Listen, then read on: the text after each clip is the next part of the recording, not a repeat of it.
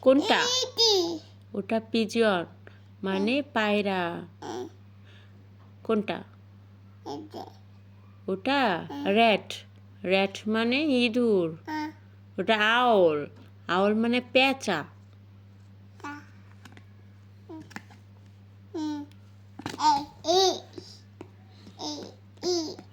হ্যাঁ, এ বলো। বি বলো, তুমি তো বলতে পারো, বলো।